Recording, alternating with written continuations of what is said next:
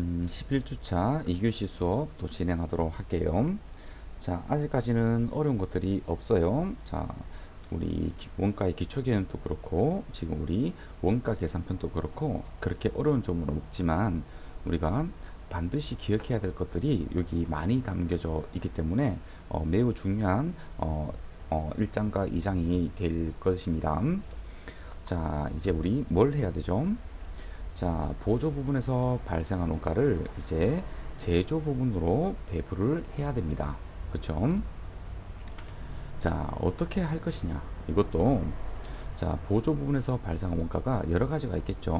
뭐, 뭐, 전력 부분, 뭐, 용수 부분, 그리고 뭐, 인사관리 부분, 식당 부분, 구매 부분, 전부 다 우리, 생산 부서를 지원하기 위한, 보조 부분인 거죠. 자, 이렇게 발생하는 우리 보조 부분의 원가를 제조 부분에 배분을 해야 되는데 그 제조 부분에서 배분을 할 때 어떻게 배분 기준을 잡을 것인가?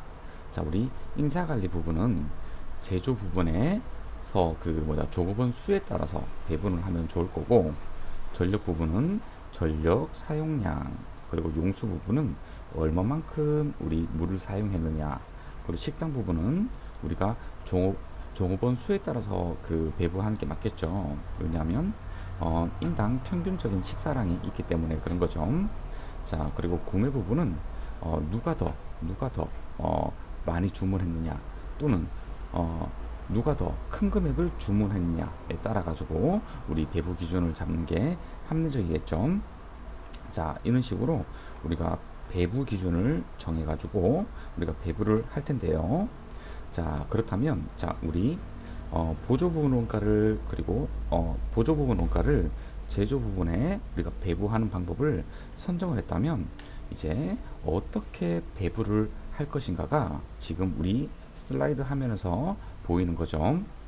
자, 보조 부분 원가를 제조 부분에 배부하는 방법은 자, 서로 보조 부문 간의 용역 수수 관계를 고려하느냐 안 하느냐, 많이 하느냐, 별로 안 하느냐에 따라 가지고 우리가 세 가지 방법으로 통상적으로 그 방법을 구분을 하고 있습니다. 자, 본문에 보면 이렇게 쓰여 있네요. 자, 보조 부문 간에 영역을 서로 주고받은 경우, 그러니까 이런 거죠. 식당 부분에서는 밥을 하기 위해서 전기를 끌어다 쓰는데 그게 전력 부분에서 지원을 하고요. 그리고 전력 부분에서도 컴퓨터가 일을 하는 게 아니고 사람이 일을 당연히 하겠죠.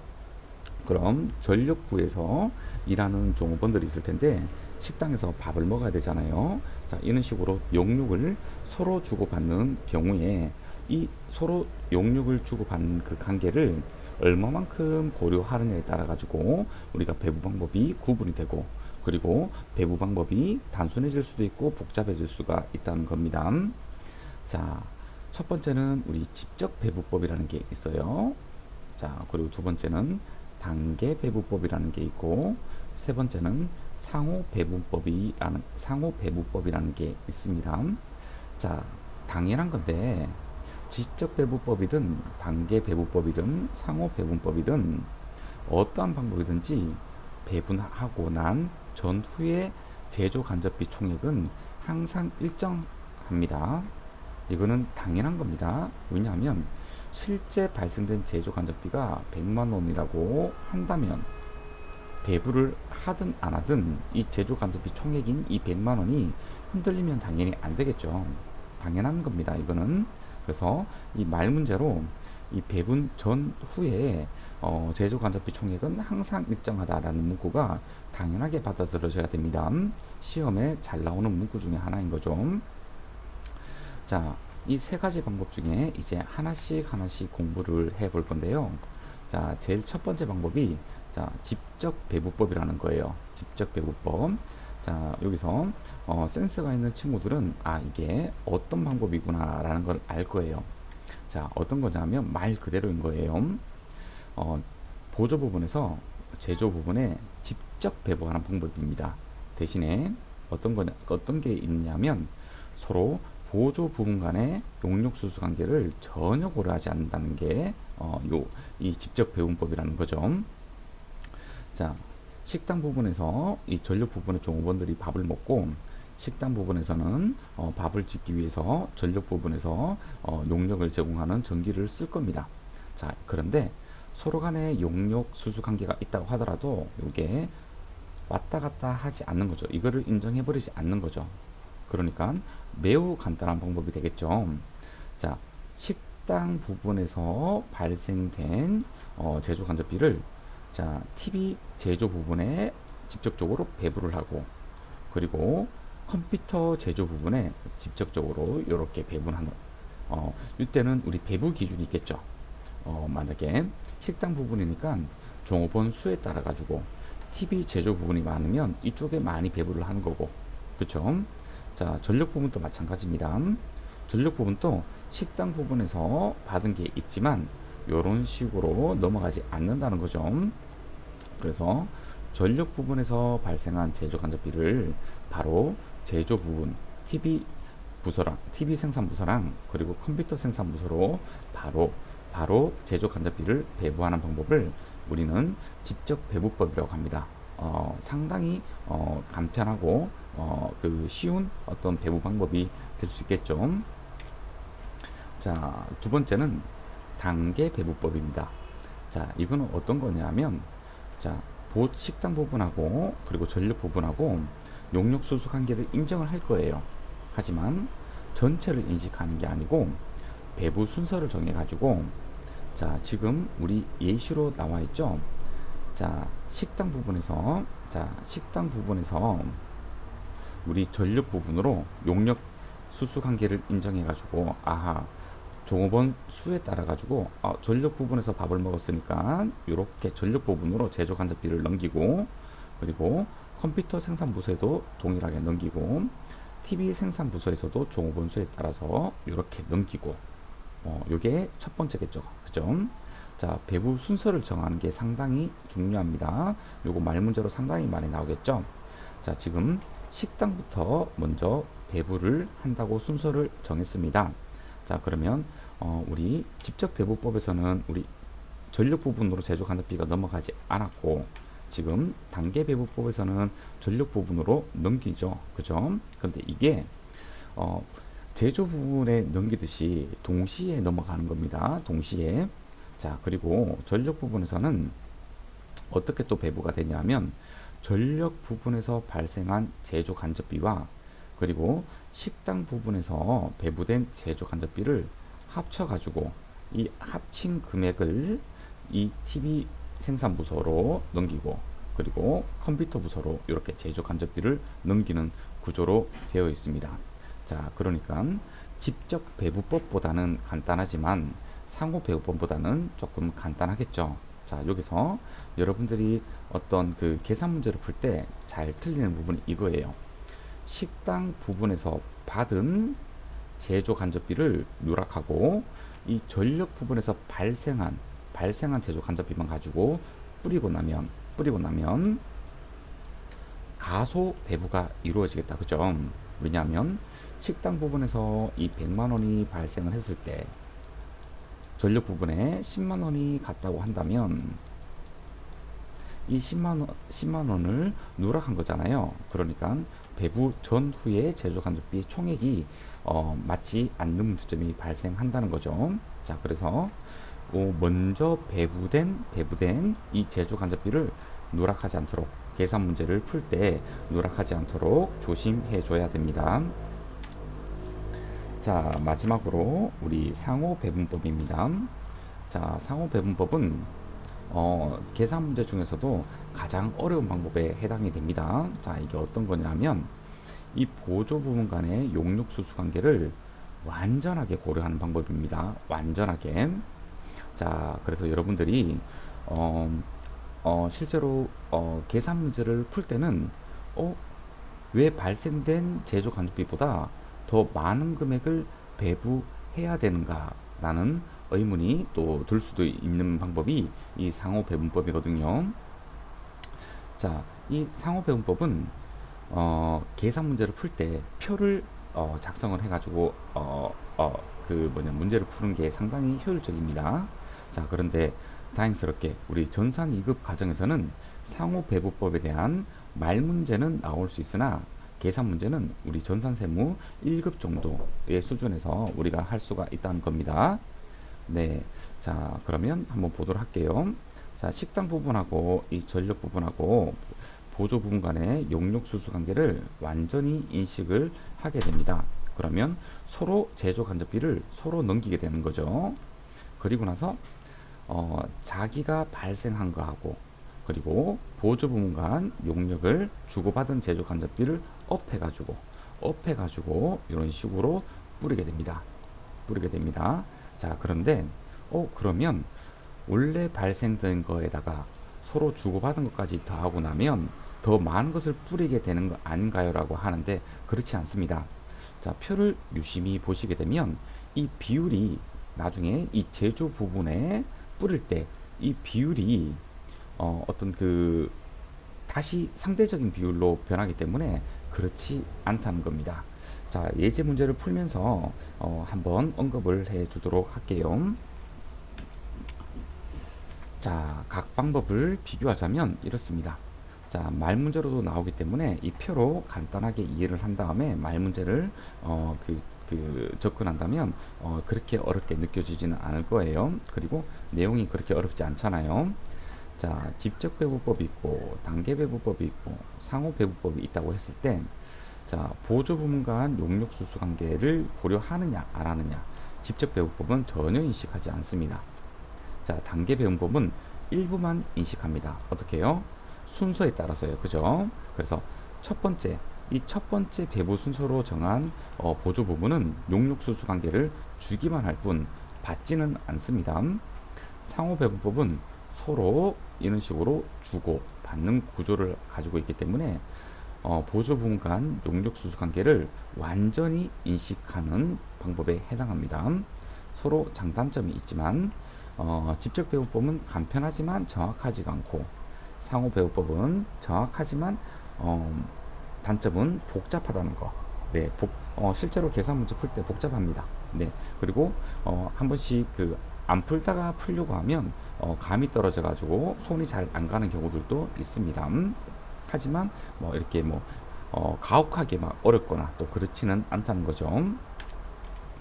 자, 그러면 관련된 문제를 한번 풀어볼까요? 자, 우리 교재 예제 2-1번이고요.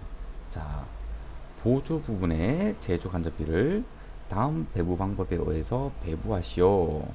자, 지금 상호 배분법은 없고 이 직접 배분법하고 단계 배분법만 나와 있네요. 자, 오른쪽에 보이는 이 해답지는 직접 배분법에 해당을 합니다. 자, 우선 이 표를 볼 줄 알아야 됩니다. 어떻게 되겠냐면, 자, 우리가 이 보조 부분 있죠. 보조 부분. 그리고 이 제조 부분이 있습니다. 자, 지금 예제에서 나온 공장은, 제조 부분을 지원하는 이 보조 부분 부서가, 자, 수선부가 있고, 그리고 동력부가 이렇게 있는 거예요. 그리고 이 제조 부분에서는, 한 가지 제품을 생산한다고 가정을 했을 때, 그 제품을 조립하는 부분이 있고 그리고 그 제품을 가공하는 데 있어 가지고 절단하는 부서가 있고 이렇게 구분이 되어 있네요. 자, 지금 문제가 어떤 거죠?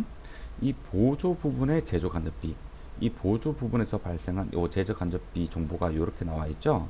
수송부에서는 10만 원이 발생했고 동력 부분에서는 15만 원이 발생했네요. 자, 그러면 이 보조 부분의 제조 간접비를 보조 부분의 제조 간접비를 이 제조 부분으로 배부를 해야 되잖아요. 자, 그때 먼저 직접 배부법부터 한번 계산을 한번 해보자 라는 겁니다. 자, 우리 이 직접 배부법은 서로 간에 받은 거, 그러니까 수송 부분은 동력 부분의 50%를 지원하고 동력 부분은 수송 부분의 20%를 지원하잖아요. 자, 요때 용역 수수 관계를 인정하지 않는다는 겁니다. 자, 그렇다면 수선 부분에서는 조립 부분에 20%를 지원하고 절단 부분에 30%를 지원하는 구조로 되어 있네요. 자, 보도록 할게요. 자, 지금 수송 부분하고 동력 부분 서로 50%, 20% 이렇게 용역을 제공한 관계를 완전히 무시하고 자, 수송 부분부터 한번 이거 순서를 정해서 하는 건 아닙니다. 왼쪽이 있기 때문에 먼저 한번 해볼게요. 자, 수송 부분에서 발생한 제조 간접비가 지금 10만 원입니다. 10만 원. 자, 이 10만 원을 지금 제조 부분으로 배부를 하려고 합니다. 자, 어떻게 하느냐? 자, 절단 부분에는 지금 6만 원이 넘어가네요. 그리고 조립 부분에는 4만 원이 넘어가네요. 왜 그렇죠? 자, 동력 부분에서의 이 50%를 완전히 무시하기 때문에 이 비율이 100%가 안 되겠죠. 그렇죠. 여기서는 이 20%를 계산할 때는 자, 50분의 20만큼 넘어가는 거겠죠. 그래서 조립 부분으로 넘어갈 때는 10만원 곱하기 5분의 1을 하게 되면 우리 4만원이라는 금액이 도출이 될 겁니다. 자, 요 밑에 보면 이렇게 돼 있죠.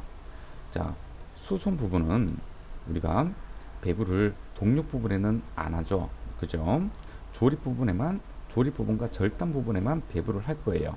자, 그래서 4만원, 6만원 이렇게 돼 있죠. 자, 요 10만원이 이렇게 넘어가는데 여기 꼭표시 1변을 한번 보세요. 자, 꼭표시 1변이 10만원 곱하기 자, 50분의 20%라고 되어 있잖아요. 그죠? 요 상대적인 비율에 따라서 금액을 배분해 주면 되는 겁니다. 자, 그래서 우리 수선 부분에서의 발생한 이 제조 간접비 요 배분 전 원가가 10만 원이었죠. 10만 원을 배부를 이런 식으로 지금 했다는 거죠. 자, 이런 식으로 했다는 거죠. 그래서 배분 후에 보조 부분에 수선 부분에 원가는 없는 거죠. 그쵸? 10만 원을 전부 다 배부를 했기 때문에 자, 이제는 동력 부분을 한번 해볼까요? 자, 동력 부분은 15만 원이 발생했어요. 자, 그래서 이 15만 원을 우리가 제조 부분으로 배부를 할 겁니다. 자, 그런데 자, 동력 부분은 수선 부분에 20%를 제공했다고 하더라도 제조 간접비를 넘기지 않을 겁니다. 자, 그렇다면 어떻게 넘길 건가요? 자, 이 조립 부분에 40%, 절단 부분에 40%를 넘길 거예요. 자, 그럼 합치면 이게 80%가 이렇게 되겠네요. 합치면 그러면 상대적인 비율로 뿌려야 되기 때문에 자, 40% 40%면 우리 80분의 40 그러니까 0.5 대 0.5 이렇게 되겠죠. 자, 그래서 15만 원을 조립 부분에 7만 5천 원만큼 배부를 하면 되는 거고 이 절단 부분에도 7만 5천 원 요 상대적인 비율에 따라서 배부를 할 거니까요. 자, 이렇게 15만 원을 배부를 할 겁니다. 자, 그렇다면 이 표를 잘 이해해야 됩니다. 자, 이 동력 부분의 배분 전 원가, 그러니까 발생한 제조 간접비는 15만 원입니다. 자, 이 15만 원을 배부를 끝나고 나면 배분 후에는 원가가 제로가 되겠죠. 자, 이 15만 원은 어떻게 배부되었는데요? 요렇게요. 7만 5천 원씩. 그죠? 상대적인 비율에 따라서 우리 제조 간접비를 배부를 한 겁니다.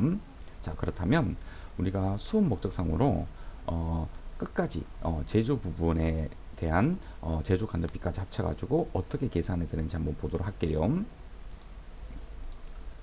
자, 우리 조립 부분은 제조 간접비가 20만 원이 발생했어요. 자, 그런데 표에 보면 지금 31만 5천 원이라고 되어 있죠. 요 31만 5천 원은 어떻게 되었느냐? 수선 부분으로부터 4만 원을 받고, 그죠? 그리고 동력 부분으로부터 7만 5천 원을 받아가지고 7만 5천 원을 받아가지고 제조 부분으로부터 배분된 제조 간접비가 11만 5천 원에다가 여기 자기 부분에서 발생한 이 제조 간접비 20만 원을 합쳐서 31만 5천 원이 되는 거죠. 절단 부분도 마찬가지일 거예요. 자, 그러면 나중에 우리 4단계에서 원가 계산 4단계에서 우리 어떻게 했나요? 자, 제조 부분에서 발생한 직접 재료비, 직접 노무비, 그리고 제조 간접비가 이거에 해당이 됩니다. 이 합계 금액을 제품에다가 부가를 하게 되면 우리 제품별 단위당 원가를 알 수가 있겠죠. 자, 이렇게 해서 원가 계산이 끝나는 겁니다. 자, 그렇다면 우리 단계 배분법은 어떻게 하는지를 살펴볼게요. 자, 단계 배분법은 이렇게 합니다. 우선 배분 순서가 반드시 있어줘야 됩니다. 만약에 문제에서 배분 순서가 없다고 하면 문제에 오류가 발생한 거겠죠. 자, 우리 단계 배분법 수선 부분부터 먼저 배분하래요. 자, 우리 금액은 살짝 기억이 나죠. 자, 수선 부분에서 10만원에 대한 제조 간접비가 발생했는데 어떻게 배분을 할 것이냐. 자, 수선 부분부터 갈 거예요. 자, 요거 방향을 보세요. 요거. 자, 이렇게 배분을 할 겁니다. 자, 동력 부분에 우선 50%를 배부할 거고요. 조립 부분에 20%를 배부할 거고요. 절단 부분에 30%를 배부할 거예요. 요거 다 합치고 나면 용역 제공 비율이 100%가 될 거니까 우리는 그 상대적인 가치 10만원에다가 50%를 곱하고 나면 어떻게 해요? 동력 부분에 배분되는 식당 부분의 제조 간접비가 계산이 되겠다. 그죠? 조립 부분은요. 20%니까 2만원이 넘어가겠네요. 이런 식으로. 자, 절단 부분은요. 30%니까 3만원이 계산이 되겠네요. 이런 식으로요. 자, 그리고 수선 부분이 다 배부가 되었어요. 어떻게 해요? 해답지를 보세요. 자, 배분 전 원가가 10만원이었는데 자, 배부를 10만원 할 거예요. 어떻게 해요? 이렇게 5만원, 2만원, 그리고 3만원 이렇게 배부를 끝냈습니다. 자, 그리고 이제 우리 동력 부분 동력 부분을 한번 배부할 거예요. 동력 부분은 이렇게 쭉 가다가 수선 부분에는 배분하지 않고 뛰어넘어서 이렇게 가겠네요. 그죠? 자, 그러면 동력 부분은 40%, 40%니까 합치면 80%가 되겠다. 그죠? 이런 80%에 대한 상대적인 비율이 5대5다. 그죠? 그러니까 자, 원래 동력 부분에서 발생한 제조 간접비 이 15만원에 우리 요거 절대로 까먹으면 안 된다고 했죠. 우리 식당 부분에서 배분된 제조 간접비 5만원 합치고 나면 20만원이 되겠네요. 이 20만원을 배부해야 되는데요. 식당 부분에서 배분된 이 제조 간접비 5만원을 빼고 나면 무조건 문제를 틀리겠죠. 그리고 급하게 문제를 풀다 보면 잘 놓칩니다. 자, 그래서 20만원을 어떻게 뿌린다고요? 상대적인 비율만큼요. 자, 40%, 40% 상대적인 비율이 5대5죠. 자, 그래서 조립 부분에는 이렇게 10만원이 배부가 될 거고요. 절단 부분에도 이렇게 10만원이 배부가 될 거예요. 자, 그렇다면 자, 표를 보세요. 동력 부분에서 배분 전 원가가 15만원이었어요. 그리고 수선 부분부터 5만원이 배부가 되었어요. 합치고 나면 20만원을 배부를 할 건데 자, 20만원을 배부하고 되면 배분 후 제조 간접비는 0이 되겠죠. 자, 20만원을 어떻게 배부한다? 조립 부분에 10만원 그리고 절단 부분에 10만원. 자, 이렇게 될 거예요. 자, 여러분들 굉장히 쉬운 부분이지만 은근히 잘 틀리는 문제가 요 단계 배분법입니다. 어디서 틀린다고요? 요거요. 식당 부분에서 배부되는 원가 있죠? 여기서 많이 틀립니다. 자, 요번에는 상호 배부법이에요. 상호 배부법. 자, 상호 배부법은 우리 수선 부분, 그러니까 보조 부분 상호 간의 용역 관계를 완전히 인식하는 것을 이야기를 하는 것입니다. 자, 요것도 우리 표를 하나 만들어서 한번 해볼까요?